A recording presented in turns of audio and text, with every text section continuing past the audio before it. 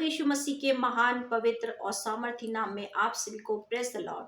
धन्यवाद पिता का कि प्रभु ने एक बार फिर ये मौका दिया कि हम आपके साथ आकर वचन को शेयर कर सके।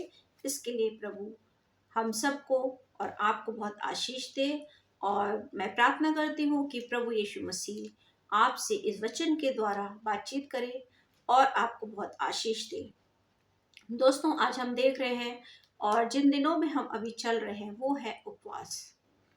प्रभु के क्रूस पर जाने से पहले 40 दिन के उपवास जो हम रखते हैं, जिन दिनों में हम उस प्रभु की क्रूस की मृत्यु को हम लोग याद करते हैं कि प्रभु ने हमारे लिए किस किस तरीके से कितने दुखों को सहा, कितनी यातनाएं सही और किस प्रकार से दुख उठाया कि उसके कोड़े खाने से हम चंगे हो चुके हैं।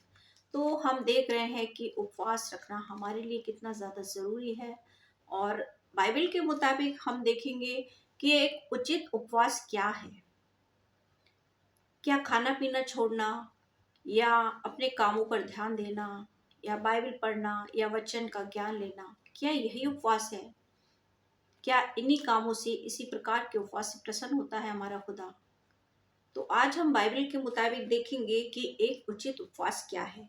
ये देखने के लिए हम अपने बाइबल को खोलेंगे और पवित्र वचन में से, पुराने नियम में से हम देखेंगे यशाया की पुस्तक 58 वर्ष 3 में इस प्रकार से लिखा है।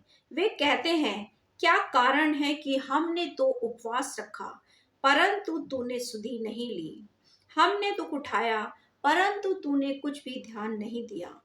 सुनो सुनो, उपवास के दिन तुम अपनी ही इच्छा पूरी करते हो और अपने सेवकों से कठिन काम कराते हो। और सुनो, और ऐसे उपवास रखने का फल ये होता है कि तुम आपस में लड़ते हो, झगड़ते हो और दुष्टता से एक दूसरे को घूंसे मारते हो। और जैसा उपवास तुम आजकल रखते हो, इसी से तुम्हारी प्रार्थनाएं ऊपर स्वर्ग में सुनी नहीं जाती, क्योंकि ये सही उपवास नहीं है। बाइबल के अकॉर्डिंग हम एक दूसरे से लड़ाई झगड़ा करते हैं, घूंसे मारते हैं, दुष्टता के कामों को करते हैं और हम अपनी ही इच्छाओं को पूरा करने की कोशिश करते हैं। इस प्रकार से इसीलिए हमारी प्रार्थनाएं सुनाई नहीं, ऊपर परमेश्वर के पास ग्रहण नहीं की जाती। और अब हम देखते हैं कि जिस उपवास से हमारा परमेश्वर प्रसन्न होता है, वो असल में वो असली उपवास क्या है। जिस उपवास से मैं प्रसन्न होता हूँ, अर्थात जिसमें मनुष्य स्वयं को दीन करे। अब हम उन बातों पर हम लोग मनन करेंगे कि जिस उपवास से प्रभु प्रसन्न होता है। कुछ पॉइंट है हमारे पास, उन पॉइंट पर हम देखते हैं कि बाइबल के मुताबिक जिस उपवास से प्रभु प्रसन्न होता है, वो पॉइंट, वो बातें क्या हैं। सबसे पहली बात है कि जिस उपवास से प्रभु प्रसन्न होता है, उसमें मुझे और आपको अपने आप को, स्वयं को दीन करना है। और हमें अपने आप को दीन और नम्र बनाना है हर एक व्यक्ति के साथ, और सिर को झाऊ के समान झुकाना है। दीनता और नम्रता प्रभु यीशु मसीह को प्रसन्न करने के लिए सबसे पहले जरूरी है। अपने नीचे टाट बिछाना, राख फैलाना ही को तुम उपवास और यहोवा का प्रसन्न करने का दिन कहते हो। कि हमने दुख भोगा, हमने टाट बिछा लिया, राख फैलाई और उपवास किया और प्रार्थना करी प्रभु से, क्या यही सही है? नहीं, ये प्रभु को पसंद नहीं है। जिस उपवास से मैं प्रसन्न होता हूँ वो ये है कि अन्याय, नंबर 2 में हम देखते हैं 2 पॉइंट, अन्याय से बनाए हुए दासों और अंधेर सहने वालों को तोड़कर, उनका जुआ तोड़कर उनको छुड़ा लेना। जो कि जुते हुए ऐसे जुए में जुते हुए हैं, उनको छुड़ाना है उन दासों को, और दुख तकलीफ और तरह तरह की यातना सहने वालों को उनके बंधनों से मुक्त कराना और उनको छुड़ाना और उनके सारे जुओं को टुकड़े टुकड़े कर देना। और अपनी रोटी भूखे लोगों को बांट देना। जो हम खाना खाते हैं उसमें से क्या हम आज भूखे लोगों को बांटते हैं? क्या हमारा खाना से, हमारे खाने और पीने से, उन वस्तुओं से अन्य लोगों का भी पेट भरता है? आज हमें सोचने की जरूरत है। अपनी रोटी दूसरे लोगों को बांटना, जो कि भूखे हैं, उनके पास खाने को नहीं है, पीने को नहीं है, अनाथ लोग और मारे मारे फिरते हुओं को घर लेकर आना, और किसी भी व्यक्ति को नंगा देखकर वस्त्र पहनाना, और अपने जाति भाइयों से अपने को ना छुपाना। क्या हम इस प्रकार का उपवास रखते हैं? ये हमें जांचने की जरूरत है।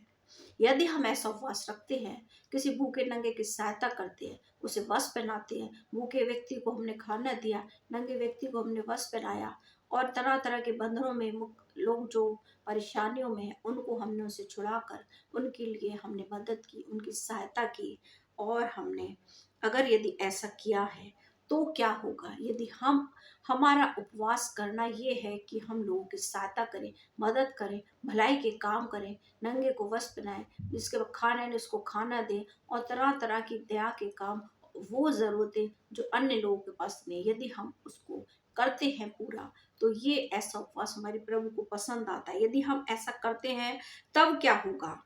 तब लिखा है, तब तेरा प्रकाश पौ फटने के समान चमकेगा और तू शीघ्र चंगा हो जाएगा। जैसे कि अंधियारे जगह पर, अंधेरे कमरे में, अंधियारे स्थान पर यदि एक अगर हम छोटी सी भी लाइट जलाते हैं तो पूरा कमरा जो है प्रकाशित हो जाता है रोशनी से। इसी प्रकार हमारा जीवन भी प्रकाशित होगा, रोशनी होगी, वो रोशनी जो अन्य लोगों को भी प्रकाशित करती है, क्योंकि प्रभु स्वयं प्रकाश है, और प्रभु ने हमें भी जगत की ज्योति बनाया है। क्योंकि जो नगर पहाड़ पर बसा है वे छिप नहीं सकता, क्योंकि हम और आप जगत की ज्योति हैं। यीशु मसीह ने हमें बनाया है, उसने आशीष दी है, उसने हमें वरदान दिया है कि तुम चमको। तो तब हमारा प्रकाश पौ फटने के समान चमकेगा, और यदि हमारे शरीर में बहुत सारी बीमारियां हैं किसी प्रकार की, वो भी ठीक हो जाएंगी। हम अपनी बीमारियों से बहुत समय से यदि हम लड़ रहे हैं, परेशान हैं, चंगे नहीं हो पा रहे, तब हम बीमारियों से चंगे भी हो जाएंगे। और तेरा धर्म तेरे आगे आगे चलेगा, और यहोवा का तेज तेरे पीछे पीछे चलेगा। यहोवा तुझे आगे से और तुझे पीछे से भी सुरक्षित करके बीच में लेकर चलेगा, और तेरा धर्म उदय होगा। तू आगे आगे चलेगा, और यहोवा तेरे पीछे पीछे तेरी रक्षा करता हुआ चलेगा।